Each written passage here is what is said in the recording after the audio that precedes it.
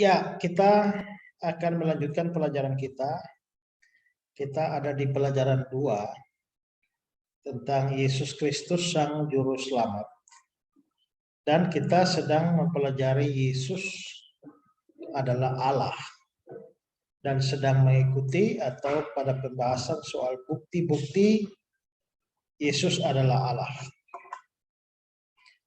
Nah, pada minggu sebelumnya kita sudah lihat kita sudah pelajari 2 bukti ya. Yang pertama adalah pernyataan Alkitab secara eksplisit bahwa Yesus itu adalah Allah. Ini ada sekian ayat yang sudah saya berikan. Dan berharap saudara menghafal ayat-ayat ini. Kalaupun tidak menghafal kata-katanya, menghafal ayatnya itu. Ya, Yesaya 9:5 supaya Yohanes 1:1, Yohanes 20 dan seterusnya, supaya nanti tinggal membuka Alkitab bisa langsung menemukan dasar di sana yang menyatakan bahwa Yesus adalah Allah. Yang kedua, kita sudah melihat bukti Yesus adalah Allah karena dia disebut sebagai anak Allah. Dan anak Allah itu mempunyai pengertian sehakikat dengan Allah. Dan dengan demikian anak Allah adalah Allah. Pak Hadi sempat bertanya soal masalah Yesus sebagai only begotten Son. Dan saya lihat Ibu Vivi sudah memberikan video pembahasan Pak Budi Asali yang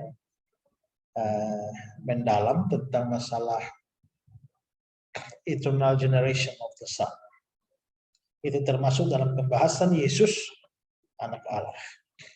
Sekarang kita melihat bahwa Yesus juga kita percayai sebagai Allah karena dia mempunyai nama-nama atau gelar-gelar ilahi.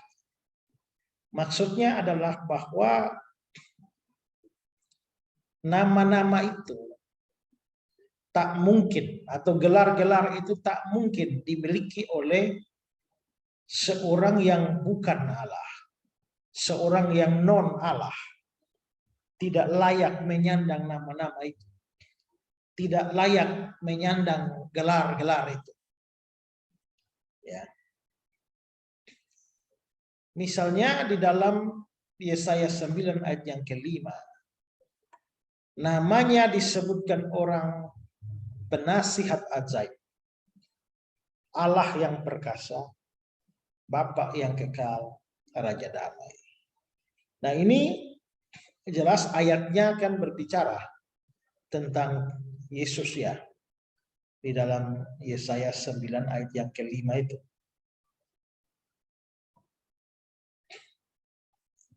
Nah, memang ada pandangan bahwa ini bukan pada Yesus karena dibilang seorang anak telah lahir. Seorang putra telah diberikan.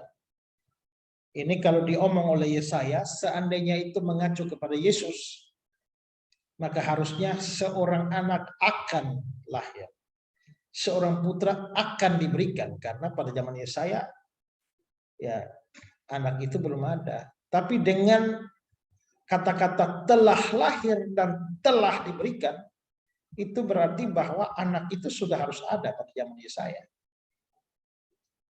Karena itu tidak memungkinkan bahwa ini adalah Yesus. Tetapi di sini kita melihat bahwa tafsiran semacam itu logis dari sisi pandangan kita sekarang. Tapi kalau kita memahami cara berpikir orang-orang Ibrani pada waktu itu adalah mereka kalau menyebutkan sesuatu yang masih akan terjadi jauh di depan, tapi itu pasti terjadi, ya, itu tidak mungkin tidak terjadi, maka mereka anggap sudah terjadi. Ya. Saya pernah memberikan contoh, misalnya dalam Yohanes pasal 8,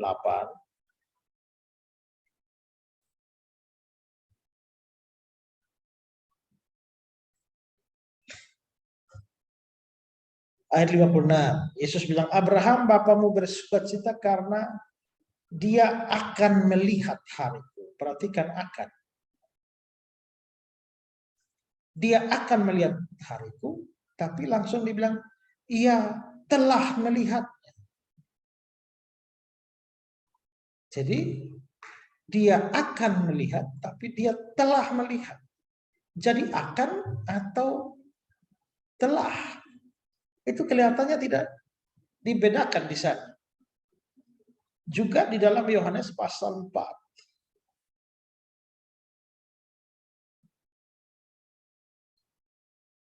Tetapi saatnya akan datang. Dan sudah tiba sekarang. Ini baru akan datang. Tapi sudah tiba. Jadi kelihatannya memang cara berpikir mereka begitu. Bahwa sesuatu yang akan itu dianggap sudah atau telah jikalau itu pasti atau tidak ada kemungkinan tidak terjadi. Sehingga di sini itu pasti Yesus. Ya. Dan namanya disebutkan orang. Ini ada berapa nih ya? Penasihat ajaib itu 1, Allah perkasa 2, Bapa kekal 3, Raja damai 4. Ini ada 4, tapi sebenarnya bukan 4 ya, harusnya 5. Kalau kita lihat di dalam Alkitab King James,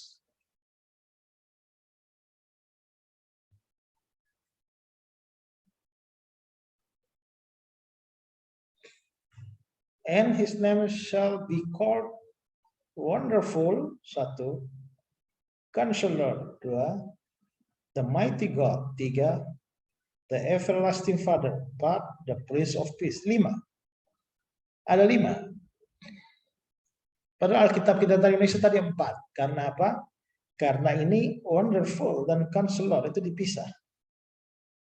Tapi kita punya penasihat ajaib. Dua-duanya digabung jadi 1. Pada Alkitab terjemahan lama, namanya disebutkan oranglah, ajaib 1, bicara 2, bicara ini kan penasihat kan mesti bicara. Allah yang Maha Kuasa 3, Bapa kekekalan 4, Raja Salam 5. Nah, jadi sebenarnya ada 5 nama. Nah, kalau itu adalah namanya, berarti sebenarnya di dalam terjemahan kita ini bukan penasihat ajaib, mestinya penasihat, ajaib atau ajaib, penasihat. Nah, saya pernah bikin buku judulnya ini, namanya disebutkan orang. Itu judul buku saya. Membahas 5 nama ini. Nah, itu menarik ya, bahwa dia disebut ajaib. Manusia mana yang bisa disebut dengan gelar ajaib seperti ini? Wonderful. Penasihat.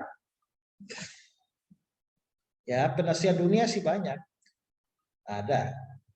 Tapi kata penasihat ini yang dihubungkan dengan ajaib ini, makanya dibilang penasihat ajaib. Allah yang perkasa, El Gibor, itu adalah pahlawan yang menang. Tapi ini, perhatikan bahwa dia disebut Allah. Bapak yang kekal, harusnya Bapak kekekalan, Bapak dari kekekalan sebenarnya terjemahan. Sumber kekekalan. Bagaimana mungkin ya seorang nabi atau manusia disebut sebagai Bapak dari kekekalan dan Raja damai, the Prince of Peace. Nah, ini tidak mungkin bisa dimiliki. Ya, kalau nama-nama ini bisa dimiliki oleh Yesus hanya manusia, dan nama-nama ini dimiliki oleh seorang manusia, wow, ini manusia macam apa ini? Ya.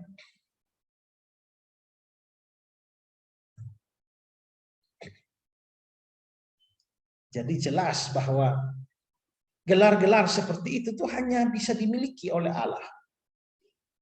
Dan Yesus memiliki gelar-gelar itu.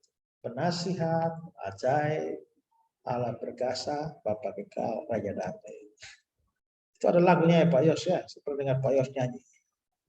Penasehat ajaib, Allah yang perkasa, Bapa yang kekal, Raja damai. Ya, Amin. amin. Ya, itu gelarilah.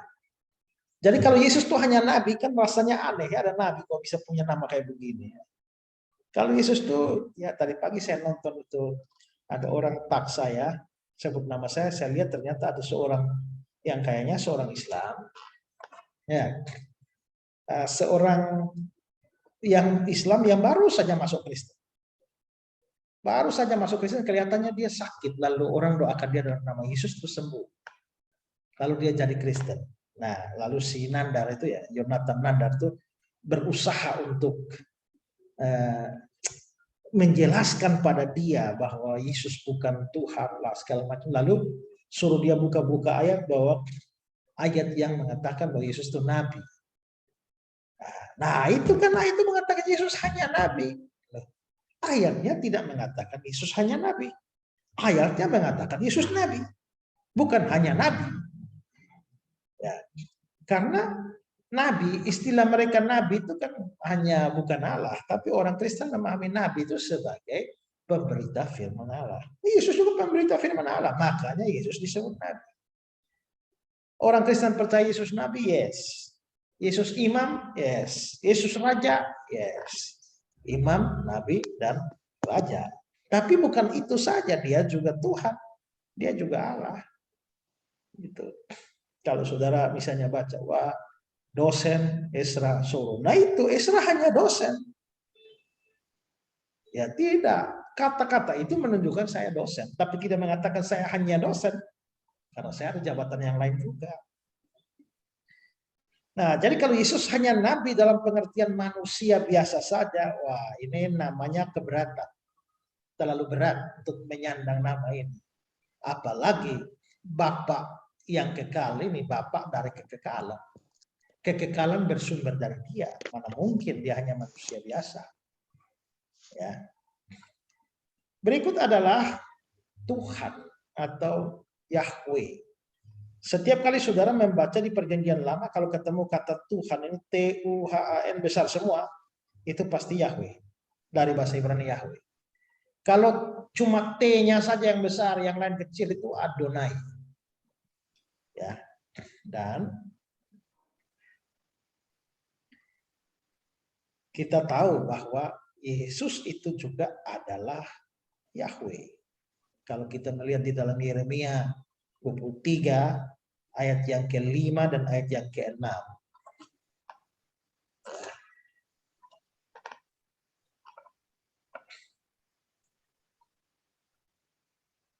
Ini ya. Yeremia 23 5 6, sesungguhnya waktu akan datang demikian firman Tuhan. Nah, kalau begitu Tuhan ini huruf besar kan berarti Yahweh nih, Yahweh yang berfirman bahwa aku Yahweh akan menumbuhkan tunas adil bagi Daud. Siapa tunas adil bagi Daud? Tunas adil bagi Daud ini Yesus. Ya. Karena Yesus keturunan Daud. Muncul dari tunas dari Daud. Ia ini adalah menunjuk tunas adil bagi Daud. Ia, tunas adil bagi Daud akan memerintah sebagai raja yang bijaksana. Dan ia akan melakukan keadilan dan kebenaran di negeri. Dalam zamannya, zaman siapa? Zamannya tunas adil bagi Daud ini, yaitu Yesus. Dalam zamannya Yehuda dibebaskan oleh Israel dan hidup dan tentram. Inilah namanya. Nah, namanya berarti nama dari tunas adil itu yang diberikan orang kepadanya, kepada tunas adil atau Yesus itu.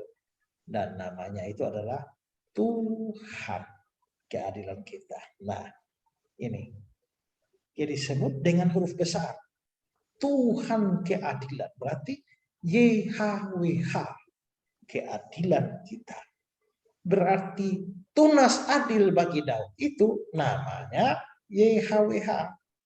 Kalau tunas adil bagi Daud itu Yesus, maka Yesus itu adalah YHWH.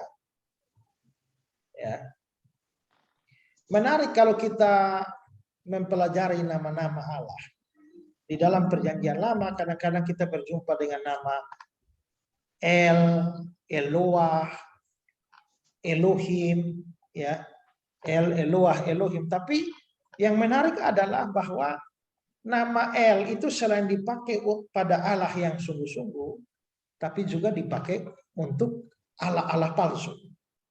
Dengan kata lain, para ilah palsu pun itu juga menggunakan nama El atau Eloah itu. Ya. Nah, begitu juga dengan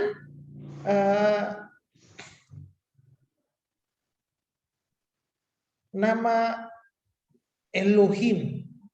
Itu juga dipergunakan juga untuk Allah yang palsu. Ya. Tapi berbeda dengan Yahweh. Kalau untuk Yahweh, itu nama Yahweh tidak pernah dipakai untuk yang lain. Kalau kita melihat ini, supaya mereka tahu bahwa engkau sajalah yang bernama YHWH. Engkau saja yang bernama YHWH. Berarti nama YHWH ini hanya untuk engkau.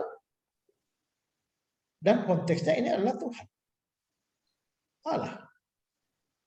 Nah, kalau hanya Allah yang namanya YHWH, sedangkan tadi kita melihat bahwa Yesus itu diberikan nama Yahweh keadilan kita, maka memang tidak bisa tidak bahwa Yesus itu adalah Allah sendiri. Dengan dia menyandang nama YHWH, itu sudah pasti menunjukkan bahwa dia adalah Allah. Ya.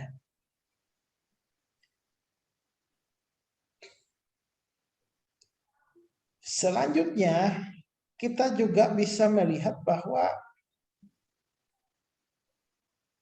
ada nama yang diberikan pada Allah, Immanuel. Immanuel. Dan kita tahu ya bahwa ini nama yang terkenal pada waktu dia lahir. Anak darah itu akan mengandung dan melahirkan seorang anak laki-laki dan mereka akan menamakan dia Immanuel, yang berarti nih, Allah menyertai kita. Makanya saya bilang, ini kalau Yesus bukan Allah, bagaimana mungkin waktu dia lahir disebut Allah menyertai kita? Ya. Kalau Yesus itu hanya malaikat, mestinya namanya malaikat menyertai kita. Kalau Yesus sebatas nabi, nabi menyertai kita.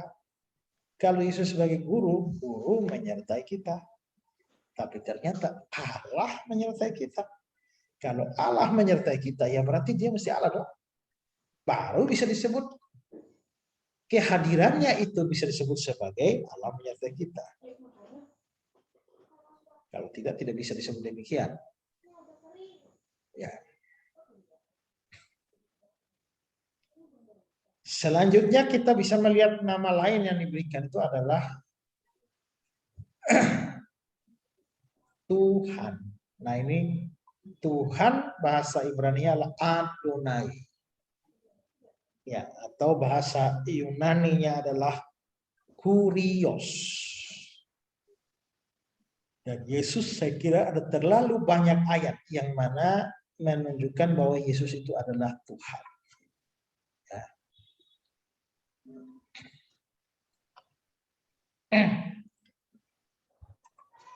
Seperti di Yohanes 13 ayat 13 atau juga banyak ayat yang lain di dalam surat-surat itu Yesus disebut sebagai Tuhan. Tuhan Yesus Kristus. Tuhan Yesus Kristus, Kristus Tuhan, Tuhan Yesus. Nah, ayat-ayat seperti itu kita jumpai. Jadi dari sini kita bisa lihat bahwa ini adalah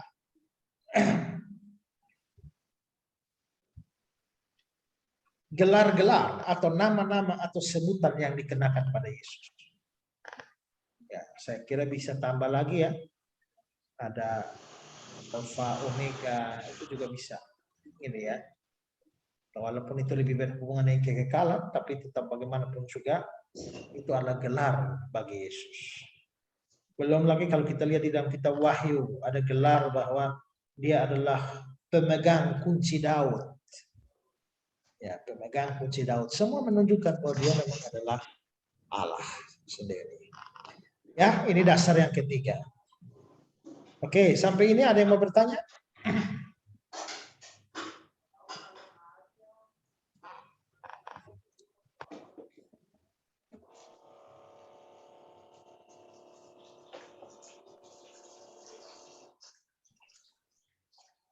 Pak Edi, silakan.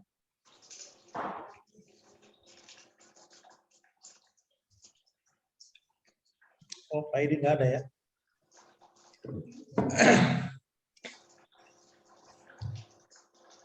Oke, baik. Kalau tidak ada, kita lanjutkan.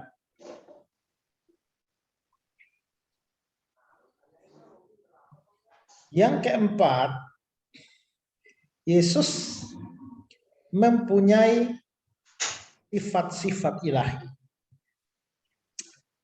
Sifat-sifat ilahi ini artinya sifat-sifat yang hanya dimiliki oleh Allah. Hanya Allah yang punya sifat itu, yang bukan Allah atau non-Allah mustahil punya sifat itu. Sehingga kalau Yesus mempunyainya, tidak bisa tidak, dia adalah Allah. Itu yang dimaksudkan dengan mempunyai sifat-sifat ilahi. Nah, apa saja sifat ilahi yang dimiliki oleh Yesus? Pertama, dia mempunyai sifat kekal. Kita tahu bahwa yang kekal itu hanya Allah. Yang bukan Allah itu tidak kekal. Nah, sedangkan kitab suci menunjukkan bahwa Yesus itu memang kekal. Dan kekekalan Yesus itu ditunjukkan dalam banyak ayat. Ya, dalam banyak ayat. Kita akan melihat ayat-ayatnya.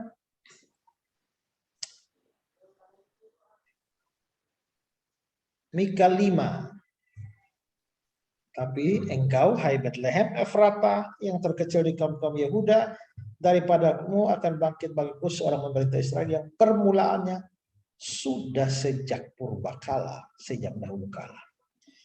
Nah, saudara, istilah purbakala atau dahulu kala ini, itu jangan diartikan seperti purbakala atau dahulu kalanya kita, yang hanya menunjuk pada suatu kurun waktu yang lama. Pada zaman purbakala, ya, ada seorang bernama Maling Kundang. Nah, itu hanya pokoknya penting sudah lama lah. Atau dahulu kala, zaman Majapahit. Indonesia sejak dulu kala tetap dipuja-puji bangsa. Nah, bukan hanya itu maksudnya. Kalau hanya begitu pengertiannya, ya maksudnya sudah lama. Tapi di sini istilah purbakala, dahulu kala itu lebih merujuk pada kekekalan. Ya, sehingga anak yang akan dilahirkan di Bethlehem itu, ya, itu dia akan bangkit. Berarti dia belum bangkit sebenarnya. Akan bangkit. Biarpun dia masih akan bangkit di masa yang akan datang, ini ditulis di Nabi Mika, ini kira-kira ya 500-an tahun itu. Ya. Jadi 500-an tahun akan datang baru dia muncul, tapi ternyata sudah ada sejak purbakala. Jadi ini menunjukkan kekekalan. Yesus memang adalah pribadi yang sudah mempunyai apa yang disebut sebagai pra-eksistensi.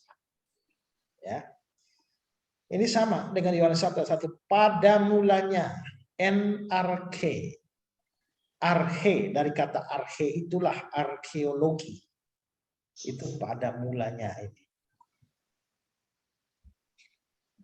Yohanes 8:58. Aku berkata kepadamu, sebelum Abraham jadi, aku telah ada. Nah, ini yang pernah saya jelaskan yang di Makapan ya. Ya, acara Isra suruh menjawab itu ya. Ini kata telah ini mestinya tidak ada. Mestinya begitu. Sebelum Abraham jadi, aku ada. Nah, aku ada ini itu kan Yunaninya adalah ego ini. Dan ego ini adalah sebutan untuk Yahweh. Sebutan untuk Yahweh di dalam Alkitab Septuaginta. Jadi orang sudah tahu ego ini pasti Allah, Yahweh. Dan Yesus berkata, sebelum Abraham jadi, ego emi, aku ada. Nah, berarti padahal saudara ya, Abraham dengan Yesus ini jarak 2000 tahun. Jadi Yesus 2000 tahun setelah Abraham baru Yesus lahir. Tapi begitu pun dia bilang bahwa sebelum Abraham jadi aku ada. Berarti dia lebih tua dari Abraham. Yohanes 17 ayat 5. Permuliakanlah aku dengan kemuliaan yang kumiliki di hadiratmu sebelum dunia ada. Sebelum dunia ada. Berarti sebelum dunia ada, Yesus telah memiliki kemuliaan. Yesus telah memiliki kemuliaan sebelum dunia ada. Kalau Yesusnya memiliki kemuliaan, berarti Yesusnya sudah harus ada. Maka Yesus itu ada sebelum dunia ada. Nah, kalau dia bisa ada sebelum dunia ada, ya berarti dia kekal dong.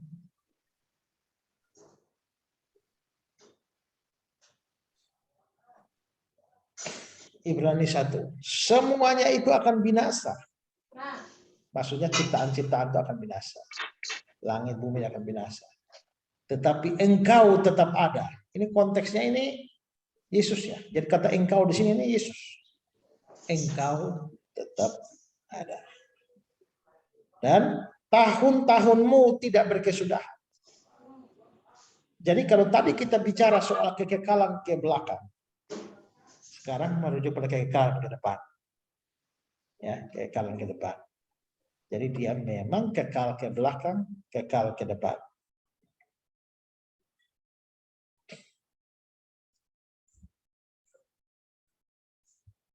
Wahyu 1 ayat 8, akulah Alfa Omega. Alfa huruf pertama alfabet abjad Yunani. Omega huruf terakhir. Yang ada, yang sudah ada, yang akan datang. Ini sama dengan aku yang awal dan yang akhir. Aku hidup sampai selama-lamanya. Wahyu 22:13 yang awal dan yang akhir. Semua ini menunjukkan bahwa Yesus memang mempunyai sifat kekal. Dia kekal ke belakang di mana sudah ada lebih dulu dari segala sesuatu. Tapi dia kekal juga ke sana, ke depan. Karena setelah segala sesuatu sudah tidak ada lagi, dia masih ada. Dari sana tidak ada ujungnya. Dari sana ke sana tidak ada ujungnya. Kalau ke sana tidak ada ujungnya kita sebut selama-lamanya sampai selama-lamanya. Maka yang ke sana tidak ada ujung kita menyebutnya dari selama-lamanya. Maka kita bernyanyi. Dari selama-lamanya sampai selama-lamanya. Untuk selama-lamanya. Tuhan Yesus baik. Nah, itu berarti kekekalan. Ya. Nah, ini kalau dia nabi, ini nabi yang bagaimana yang bisa kekal seperti ini? Ya. Biasanya orang-orang yang suka mencari-cari ayat untuk menunjukkan Yesus bukan Allah. Nah, ini mau apakan ayat-ayat kayak begini? Paling-paling ya jawab itu kan bukan kata-kata Yesus. Nah, paling-paling ya begitulah jawabannya. Yesus juga punya sifat suci. Nah, suci ini artinya dia tidak berdosa. Ya, sama sekali tidak berdosa.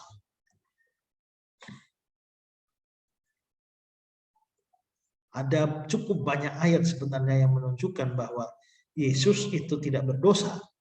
Tapi dua ayat yang secara eksplisit mengatakan itu adalah 2 Korintus 5:21. Dia yang tidak mengenal dosa. Lalu ya, ia telah dicobai hanya tidak berbuat dosa. Tapi tidak berbuat dosa. Artinya dia suci. Menariknya adalah dia juga kan berkata bahwa Bapa sendiri berkata, inilah anakku, kepadanya aku berkenan. Kepadanya aku berkenan. Padahal kita tahu bahwa Tuhan tidak berkenan kepada orang fasik. Tuhan tidak berkenan kepada orang berdosa. Tapi kepada Yesus dia bilang, kepadanya aku berkenan. Yesus juga sendiri berkata, aku senantiasa berbuat sesuatu yang berkenan kepadanya. Bukan kadang-kadang. Atau sebagian besar, tapi senantiasa. Nah, kalau Yesus senantiasa berkenan, maka dia pasti tidak berdosa sedikit. Karena kalau dia satu kali berdosa saja, dia menjadi tidak berkenan pada Bapa. Kesalahan kecil dari Yesus membuat dia tidak berkenan pada Bapa. Tapi Bapa, inilah anakku yang kasih, kepadanya aku berkenan. Itu berarti Yesus memang betul-betul suci. Ya, dia betul-betul suci tanpa dosa sama sekali. Dan kita tahu yang begitu cuma Allah. Karena manusia, nabi, rasul, imam, siapapun juga itu adalah orang berdosa. Sehingga tidak mungkin Yesus hanya nabi, hanya imam, hanya raja, hanya guru, hanya manusia biasa. Jikalau begitu dia harus berdosa. Tidak bisa terhindar. Tapi bahwa dia tidak berdosa sama sekali jelas menunjukkan dia adalah Tuhan Allah yang memang punya sifat suci.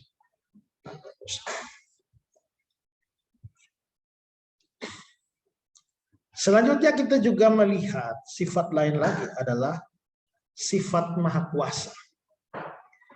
Yesus ini maha kuasa. Kemahakuasaannya jelas nampak lewat mujizat-mujizatnya.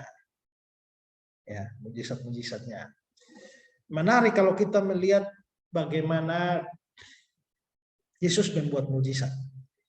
Kadang-kadang dia melakukan mujizat, menyembuhkan orang sakit. Itu untuk menunjukkan bahwa kuasanya mengatasi sakit penyakit dan kelemahan manusia.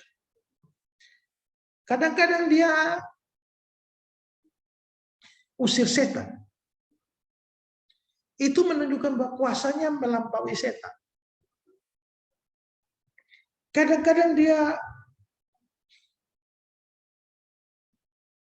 membangkitkan orang mati. Itu menunjukkan bahwa kuasanya mengatasi maut.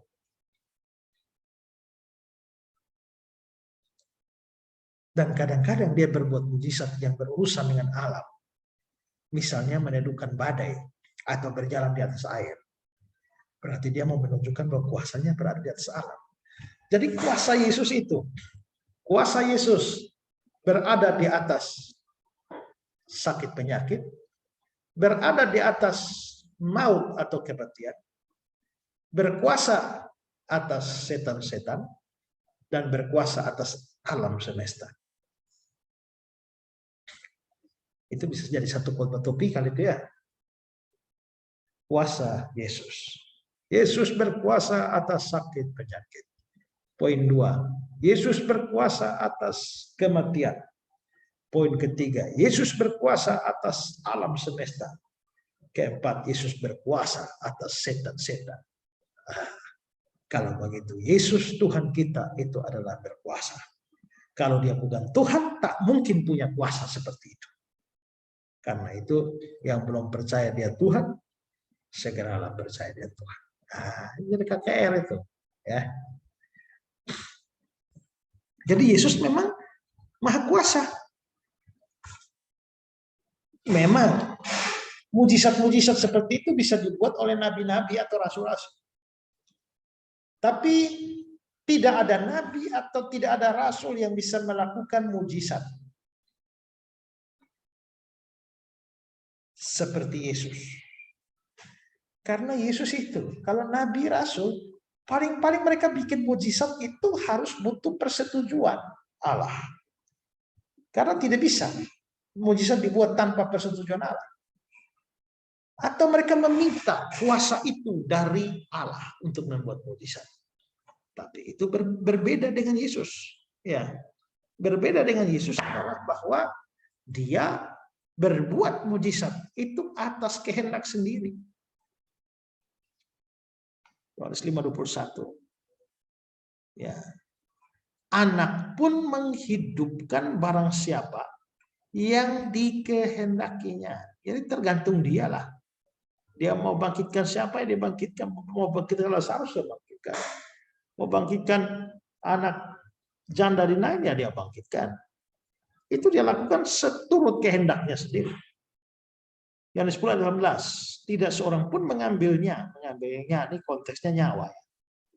Tidak seorang pun mengambil nyawanya daripada Tuhan. Ya. Melainkan aku memberikan nyawa menurut kehendakku sendiri. Aku berkuasa memberikan nyawa dan berkuasa mengambil nyawa kembali. Wow. Ini kalau bukan Maha Kuasa, nggak ada orang yang berkuasa mengambil nyawanya, berkuasa menyerahkan nyawanya. Ya, paling-paling berkuasa menyerahkan nyawa bunuh diri.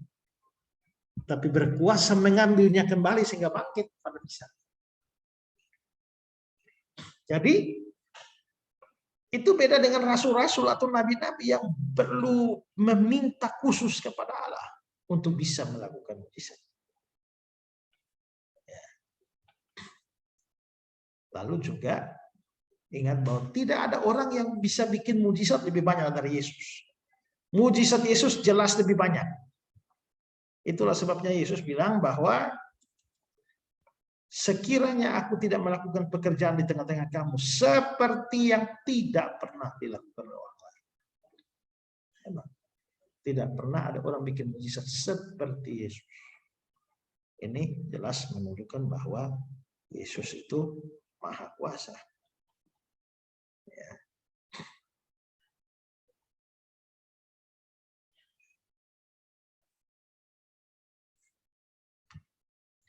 Selanjutnya, Yesus itu juga Maha Tahu. Memang kalau kita bicara Maha Tahu begini, maka kadang-kadang pikiran kita lari kepada Matius 24 ayat 36, di mana dikatakan bahwa Yesus itu tidak tahu hari kiamat, hari kapan dia datang. Hanya Bapa di surga yang tahu, malaikat pun tidak tahu. Tapi kita juga menyadari bahwa itu kan ayat-ayat yang disoroti dari sisi kemanusiaan Yesus. Tapi di sisi lain kita bisa lihat bahwa Yesus memang itu mempunyai hal-hal yang menunjukkan kemahatauan dia. Misalnya Yesus mengetahui pikiran mereka. Mengapa kamu memikirkan hal-hal jahat di hatimu? Berarti dia pasti tahu isi hati mereka. Jadi dia tahu pikiran mereka. Dia tahu hati mereka. Matius 12:25. Tapi Yesus mengetahui pikiran mereka. Pasal 2, Yohanes 24:25. Dia mengenal mereka semua. Dia tahu apa yang ada dalam hati manusia. Yohanes 6 ayat 64. Yesus tahu dari semula siapa yang tidak percaya dan siapa yang akan menyerahkan dia. Bahkan ada satu ayat eksplisit datang dari pengakuan Petrus sebagai murid langsung dari Yesus. Ya.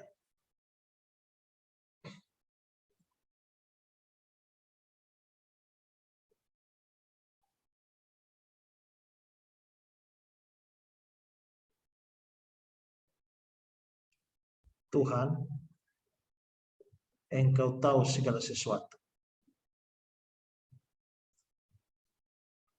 Tuhan, Engkau tahu segala sesuatu. Yang ngomong Petrus. Petrus murid dekat Yesus. Makanya kalau bilang Engkau tahu segala sesuatu, pasti benar. Maka di situ kita bisa lihat bahwa Yesus itu juga Maha tahu. Ya, Maha tahu. Selanjutnya kita juga melihat bahwa Yesus itu punya sifat maha ada atau maha hadir. Dia bisa hadir pada tempat yang sama secara pada tempat yang berbeda dalam waktu yang sama. Memang kalau kita lihat Yesus waktu inkarnasi nggak bisa begitu. Ya, tidak bisa ada di Galilea sekaligus ada di Yerusalem atau di Nazaret, tidak bisa.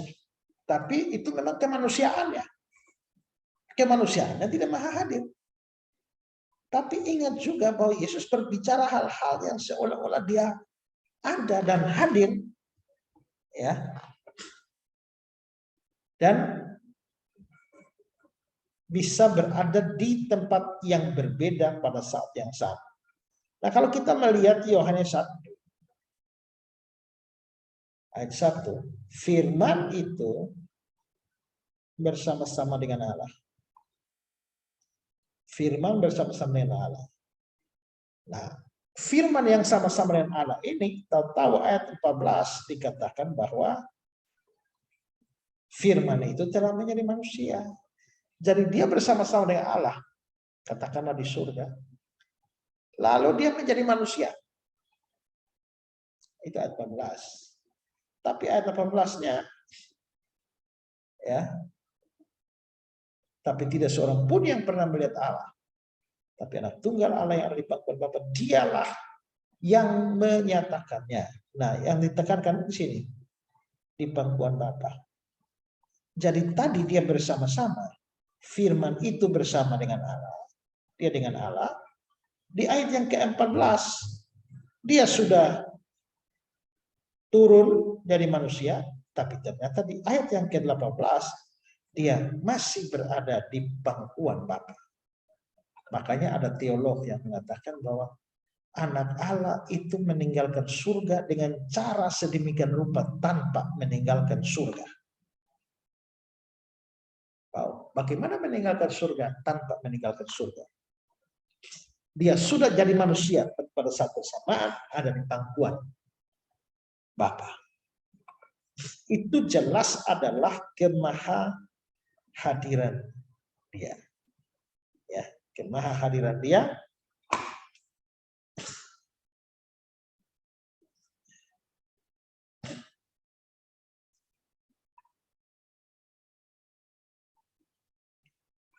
Kita lihat di Matius 18 ayat 20 juga. Sebab di mana 2 atau 3 orang berkumpul dalam namaku, di situ aku ada. Maka di ujung dunia mana saja Tuhan ada. Berarti maha hadir, maha ada. Matius 28 amanat agung. Pergi jadikan semua bangsa murid, baptislah mereka dan seterusnya. Ketahuilah aku menyertai kamu senantiasa. Kalau dia menyertai senantiasa, waktu saya ke timur dia menyertai saya, ya. Pak Yos ke kanan dia menyertai Pak Yos, berarti dia mesti ada pada tempat yang berbeda pada saat yang sama. Dan itu adalah kemahahadiran. Dan terakhir, dia punya sifat yang tidak berubah. Kalau dikatakan Allah, itu sifat Allah. Allah tidak berubah. Kalau dikatakan Allah tidak berubah, itu merujuk pada hakikat dirinya, di mana dia tidak bisa, Allah tidak bisa berubah menjadi bukan Allah. Dia tidak berubah dalam janji-janjinya. Bahwa sekali dia berjanji, dia pasti kena. Nah, di dalam Ibrani 13 ayat 8, Yesus Kristus tetap sama. Artinya dia tidak berubah. Sikap Allah itu, sifat Allah itu tidak berubah. Begitu Yesus tidak berubah, Yesus Kristus tetap sama. Tidakkah dia Allah? Dulu waktu SMA atau SMP, saya biasa nyanyi, Tuhan Yesus tidak berubah, tidak berubah. Lalu ada teman Islam yang sambung, Tuhan Yesus tidak berubah. Dia sambung, Muhammad juga. Ya, tapi bagaimana Muhammad bisa tidak berubah?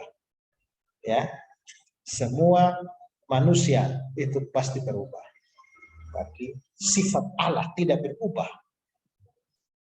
Itu sifat Allah. Yesus ternyata tetap sama, tidak berubah. Pada dia memang harus adalah Allah sendiri.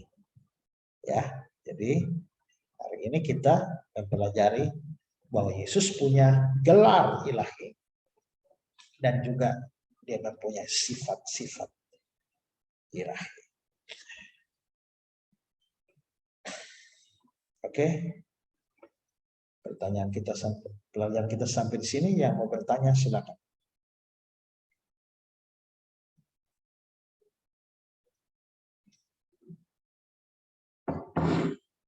Ada?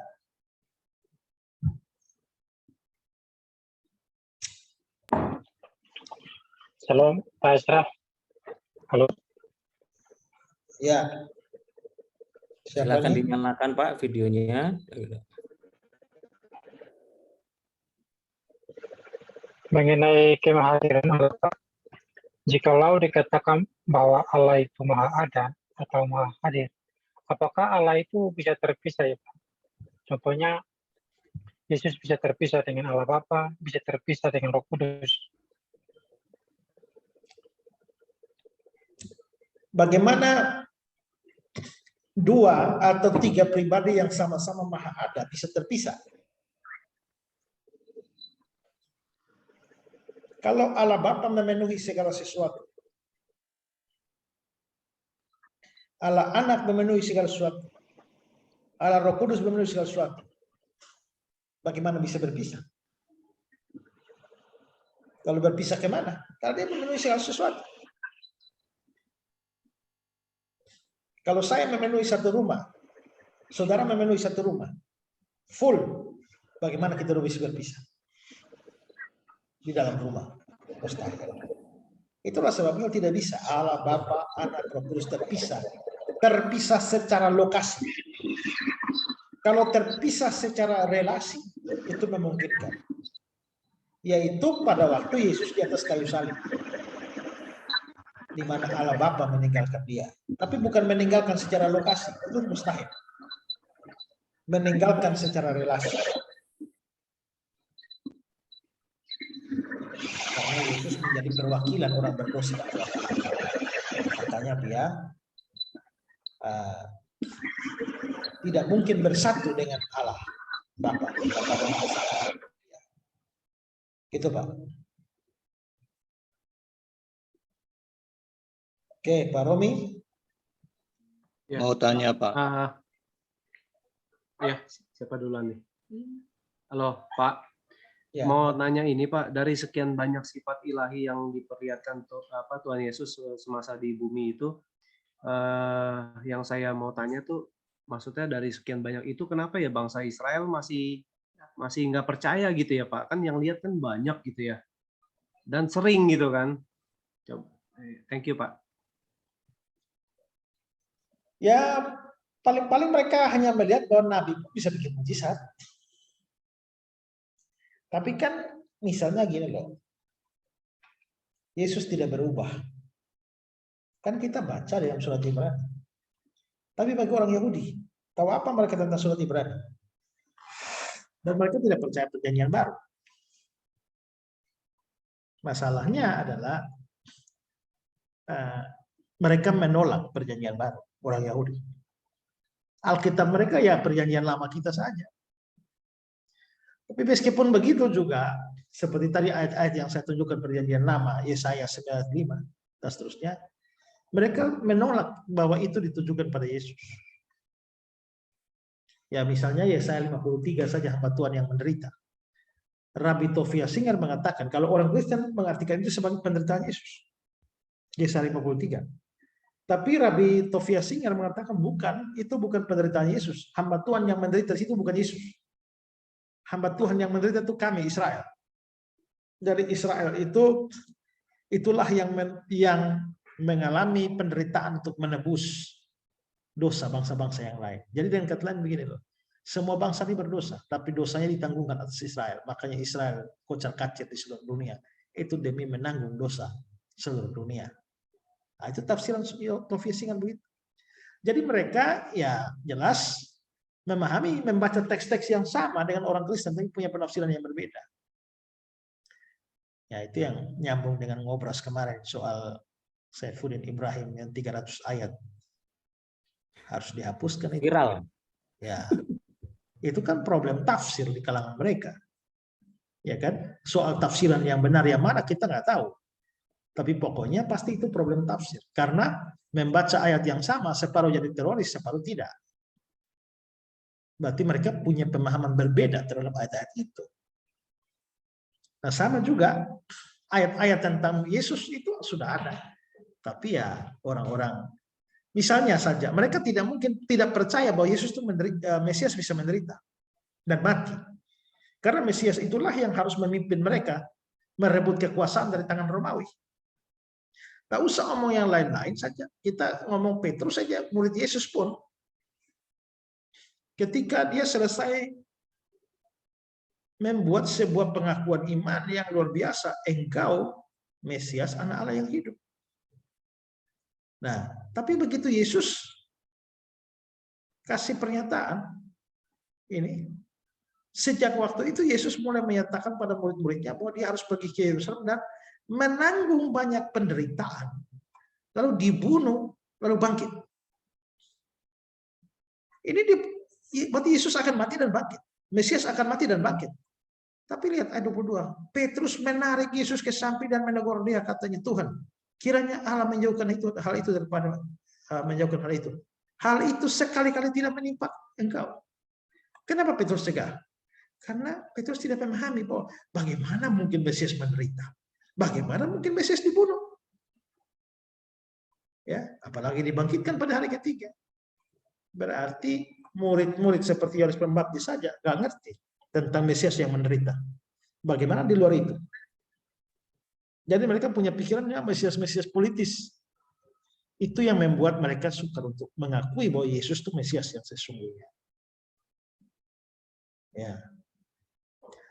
Jadi ingat saja orang Israel saja ya tidak percaya Yesus.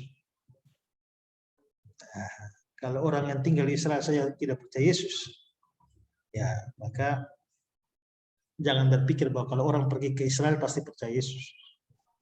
Ya, kalau menguasai bahasa Ibrani pasti percaya Yesus. Mereka bahasa Ibrani Yunani kuasai. Ya. Tapi bersyukur Rom, kita Israel nggak percaya, jadi kita dapat kesempatan Rom.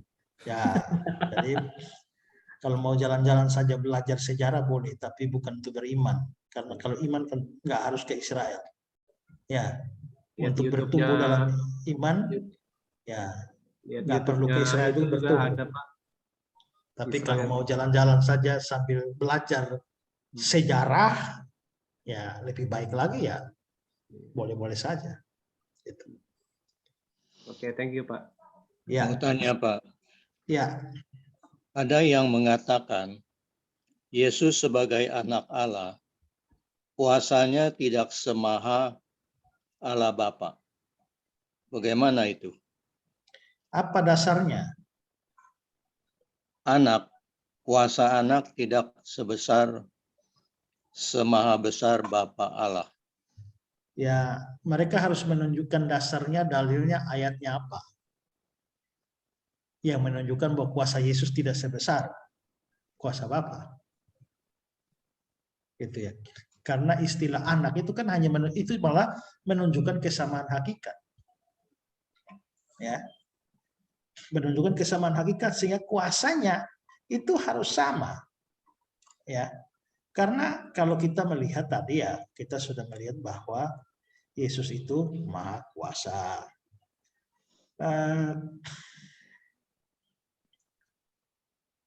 Misalnya ya Yohanes 5:21 itu ya.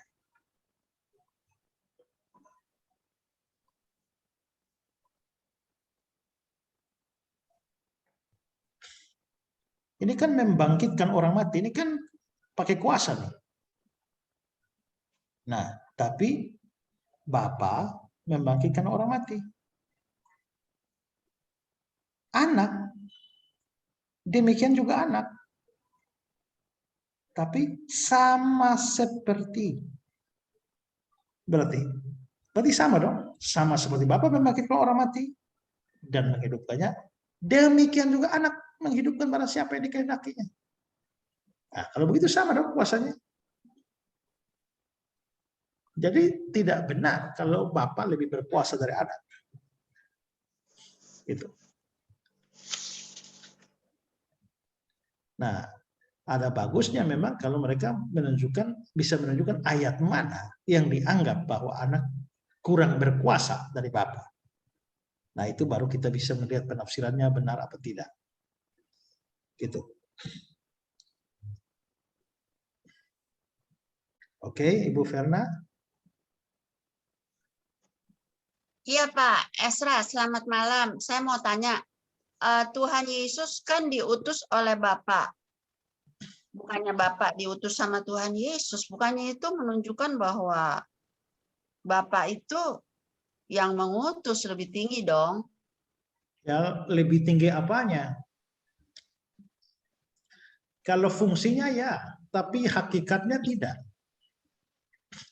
Kayak saya misalnya mengutus Ibu Verna. Kalau saya mengutus Ibu Verna, ya saya posisi sebagai atau fungsi saya sebagai pengutus itu lebih tinggi memang dari Ibu Verna sebagai yang diutus. Tapi secara hakikat saya kan tetap manusia, Ibu Verna tetap manusia. Nah, kalau saya manusia, Ibu Verna manusia, ya kita punya kemanusiaannya setara dong. Saya punya kemanusiaan tidak lebih tinggi dari Ibu Verna. Ibu Verna punya kemanusiaan tidak lebih rendah dari saya. Derajatnya ibu dan saya tetap sama, tidak berubah biarpun saya mengutus Ibu Verna. Ya, Suami adalah kepala istri. Ada hierarki di situ. Suami kepala. Tapi secara hakikat suami ya manusia, istri ya manusia juga. Nah, begitu juga waktu Bapa mengutus Yesus, ya Yesus menundukkan diri di bawah Bapa. Dia taat pada Bapa. Maka dalam hal itu, fungsi itu dia lebih rendah. Tapi itu tidak berpengaruh pada hakikat sebagai Allah. Karena hakikat Allah, dia tidak rendah. Makanya kalau kita lihat ini, Filipi pasal 2.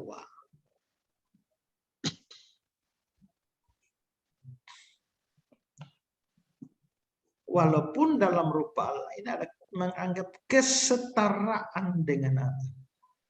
Berarti dia setara dong dengan Allah. Ya. Setara sih, cuman dia diutus. Ya. Dan dia taat kepada Bapa. Ya, memang. Makanya dia kan pernah bilang tuh bahwa Bapa lebih besar dari aku.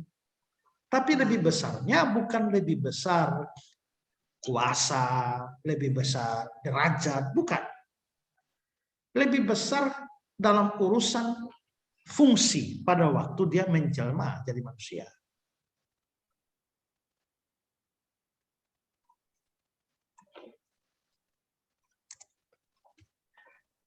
Makanya Tanya dia lagi, Pak. bilang Setelah Yohanes 14 ayat yang ke-28 itu kan. Jadi, Yohanes 14.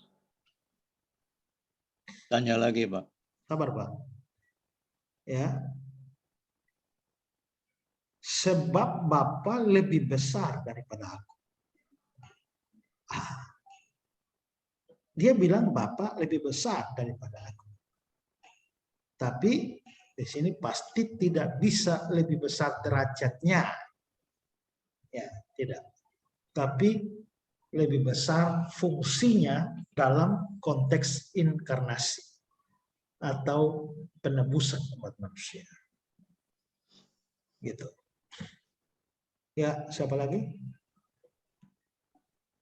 Ya, setelah kerajaan 1000 tahun, mengapa anak Yesus mesti mengembalikan kerajaan 1000 tahun kembali kepada Bapa?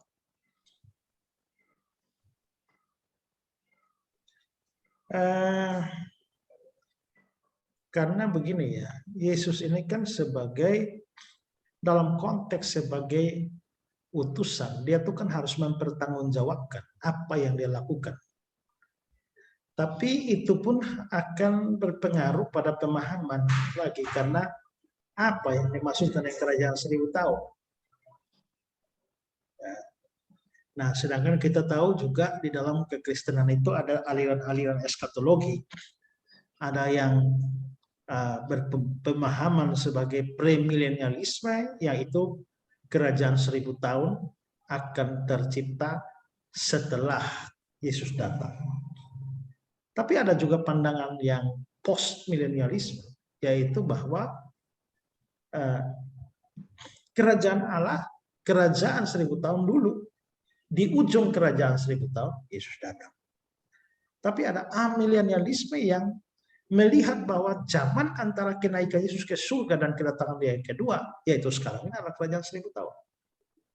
Nah, itu jadi beda-beda pemahaman tentang kerajaan 1000 tahun. Tapi yang pasti adalah pokoknya semua ayat yang menunjukkan bahwa Yesus tunduk kepada Bapa, ya, itu jelas harus diartikan dalam konteks inkarnasi, di mana dia diutus oleh Bapa dan dia mempertanggungjawabkan apa yang dia lakukan kepada Bapa.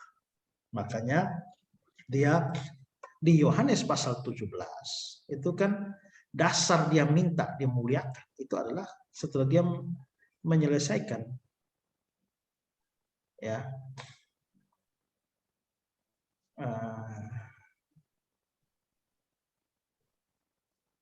aku telah mempermuliakan engkau di bumi dengan jalan menyelesaikan pekerjaan yang engkau berikan padaku. Jadi menyelesaikan pekerjaan, karena memang dia diutus untuk melakukan sesuatu. Setelah dia menyelesaikan pekerjaan itu, maka dia bilang, permuliakanlah aku padamu sendiri dengan kemuliaan yang kumiliki di hadiratmu sebelum dunia ada. Itu berarti sebelum dunia ada, Yesus sudah memiliki kemuliaan. Tapi pada waktu dia datang ke dalam dunia, dia menanggalkan kemuliaannya. Begitu dia selesai melakukan pekerjaannya, ya dia minta dipermuliakan. Nah, dengan kata lain, ya dia seperti seorang utusan yang harus mempertanggungjawabkan segala pekerjaannya kepada pihak yang mengutus dia, dalam hal ini Bapa. Maka dia menyerahkan semua kerajaan kepada Bapa. Begitu, Pak. Oke, ada lagi?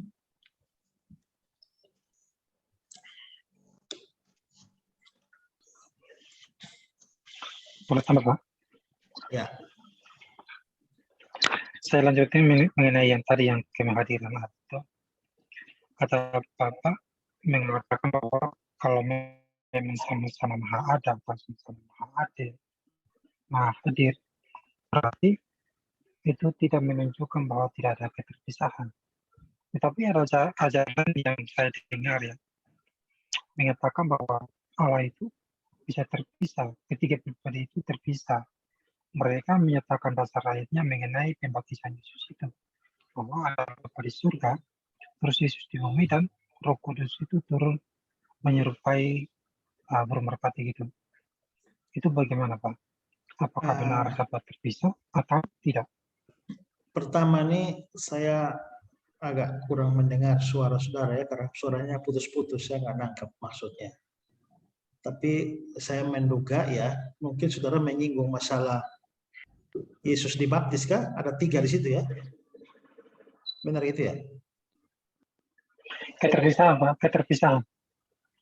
Apa Mengenai yang, keterpisahan. ya, apa yang saudara maksudkan dengan terpisah di sini dulu?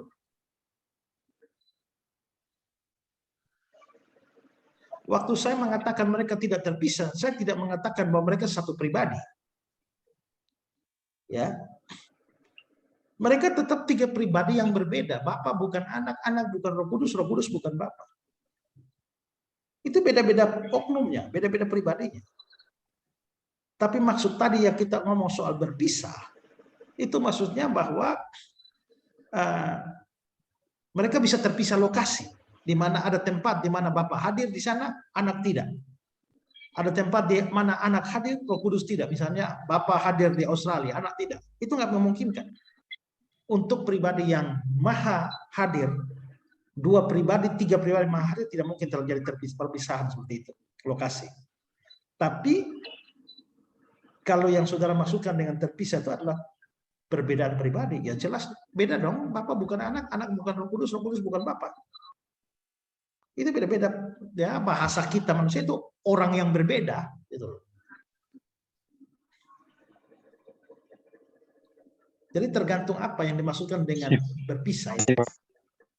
Ya. Ya, Ibu Florence. Ya, selamat malam Pak Esra. Ya. Pak, kalau seandainya nih kita sudah bertemu dengan Allah, kira-kira kita akan melihat Allah ada 3 atau 1, Pak? Yang kita lihat kira-kira. Wah, saya baru lihat 2. Ada 1 yang nongol di belakang gitu. Anak saya. Ya, kan Allah itu kita kan percaya Tritunggal yang mana sehakikat dan 3 pribadi. Ya, Memang kalau kita lihat di dalam Alkitab itu ya kita akan melihat Yesus muka dengan muka. Ya. Nah, apakah nanti di surga kita akan melihat Bapa dan Roh Kudus yang adalah Roh? Kita tidak tahu. Tapi yang pasti Yesus kita lihat karena Yesus di surga pun sebagai manusia. Ya. Nah, tapi walaupun jadi dan kata lain ya itu nggak ada ayat yang bilang bahwa kita akan ketemu bertiga, ketiganya ya. Itu Ulangan 29 ayat 29. Ya, tapi ya kalau seandainya kita memang pada waktu kita ada di surga kita diberikan kemampuan lebih di mana kita dapat melihat Allah. Ya, maka menurut saya ya nggak mustahil bahwa kita memang melihat ketiganya. Karena memang ketiganya adalah pribadi berbeda, ketiganya adalah Allah. Yang esa itu, esanya hakikatnya. Jadi memungkinkan bahwa kita melihat ketiganya. Ya. Pak, kalau manusia itu kan satu manusia itu pasti pribadinya hanya 1 ya Pak ya. Ya. Mungkin kalau orang bukan Kristen mungkin akan berpikir dari secara logika manusia ya. Bagaimana mungkin kok 1 tapi pribadinya 3 gitu. Karena mereka mungkin mengukur dari manusia yang namanya 1 manusia ya pribadinya nggak mungkin lebih dari 1 gitu. Apakah menjawabnya itu hanya cuman bilang ya karena dia Allah gitu. Yang nggak beda dengan manusia. Jadi kalau Allah bisa 1, 3 pribadi, kalau manusia nggak bisa apa? Jawabannya begitu aja ya Pak ya? Ya bisa juga, tapi juga kita bisa memberikan ayat untuk mendukung itu. Ya. Misalnya Yesaya 46 ayat yang ke-5. Yesaya 46 ayat 5. Ya, kepada siapakah kamu hendak menyamakan aku? Hendak membandingkan dan mengumpamakan aku sehingga kami sama. Dan kata lain memang yang namanya Allah tuh nggak bisa ada persamaan. Mau umpamakan dia nggak bisa. Kalau kita menjadikan model kita sebagai standar untuk menyamakan konsep kita tentang Allah berdasarkan gambaran tentang manusia yang satu manusia satu pribadi, ya nggak bisa dong. Ayatnya berkata begini. Jadi Tuhan itu tidak seperti kita. Tuhan itu adalah Dia yang tidak seperti apa-apa dan tidak seperti siapa-siapa. Ya, jadi kita tidak harus menjadikan standar keberadaan kita sebagai gambaran tentang Allah. Jadi bisa jawabannya begitu Ibu, tapi ditambah dengan ayat supaya kuat. Ya, terima kasih Pak Esra. Ya Pak Romi.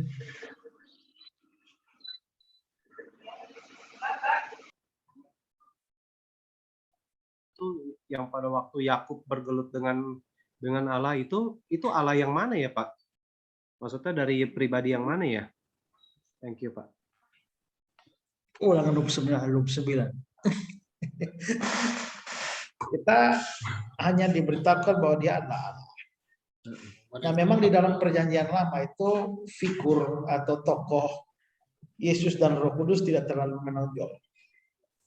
Ya, tidak terlalu menonjol, tetapi biasanya ada lebih menyolok kepada Allah kalau dibicarakan dalam Perjanjian Lama menunjuk pada Allah Bapa. Memang ada bagian-bagian yang ketika dimunculkan itu sering disebut sebagai Kristofani. Kristofani itu adalah pemunculan pribadi kedua itu pada masa Perjanjian Lama. Ya. Sedangkan Roh Kudus sendiri itu ya nggak pernah ada gambaran selain pemunculan Dia dalam bentuk kuasa Allah. Jadi ya kita tidak bisa memastikan itu, tapi paling-paling karena melihat dari sifat di mana di dalam Perjanjian Lama yang lebih menyolok itu adalah peran Allah Bapa, maka kita bisa mengatakan bahwa besar kemungkinan Dia bergumul dengan Allah Bapa yang menyatakan diri sebagai manusia. Seperti yang terjadi pada kasus Lot misalnya. Allah menampakkan diri, tapi dalam bentuk manusia. Itu teofani atau kristofani, tapi bukan inkarnasi. Gitu. Jadi lebih ke Allah Bapanya ya Pak? Nah, kecondongan saya kepada Allah Bapa. Oke. Thank you Pak. Ya.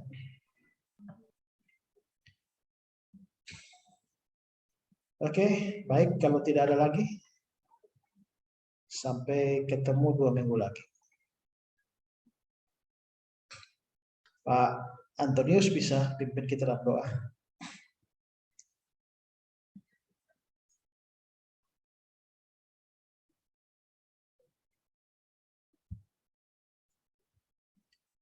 Kalau nggak ada ya Ibu Florence saja bisa pimpin doa.